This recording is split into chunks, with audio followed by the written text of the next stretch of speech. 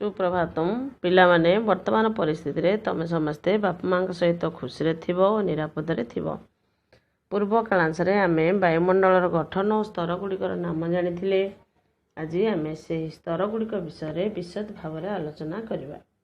Troposphere वायुमंडल सर्वनिम्न स्तर यह पृथ्वी को लगी रही। यार हाराहारी उच्चता 12 किलोमीटर, मेरु अंचल रे 8 किलोमीटर और विश्व अंचल रे 16 किलोमीटर। वृष्टिपात, तुषारपात, कुहुड़ी, कुआपथर वृष्टि आदि यही स्तर रे ही घटी थाए। ट्रोपोस्फियर उपर को स्ट्राटोस्फियर अवस्थित। यह 50 किलोमीटर उच्चता पर्यंत रही। यही स्तर रे धूलिकणा और जलीय बाष्प न थाए, तेणु विमान चलाचल पाई यही स्तरटी एक अनुकूल स्तर।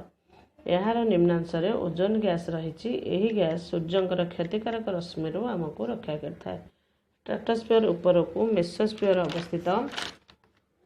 यह 80 किलोमीटर उच्चता पर्यंत व्यापी रही। यही स्तर में तापमात्रा ह्रास पाई थाए। मेसोस्फियर उपर स्तर को थर्मोस्फियर कहा जाए। यह वायुमंडल शेष पर्यंत विस्तृत। यही स्तर में तापमात्रा अत्यधिक वृद्धि पाई थाए।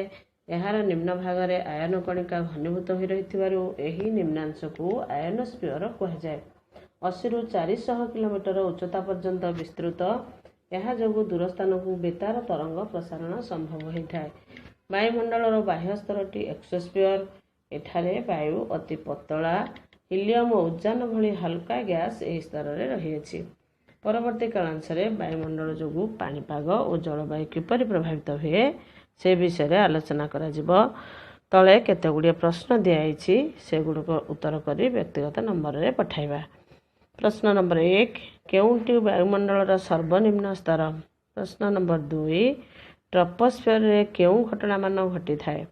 प्रश्न नंबर 3 ट्रोपोस्फियर स्तरटी काहेकि विमान चलाचल पाई उपयोगी। प्रश्न नंबर 4 मेसोस्फियर केते पर्यंत व्यापी रही। प्रश्न नंबर 5 आयनोस्फियर आमको किपरि सहयोग करे। सुप्रभातम पिलामाने वर्तमान परिस्थिति रे तमे समस्ते बापा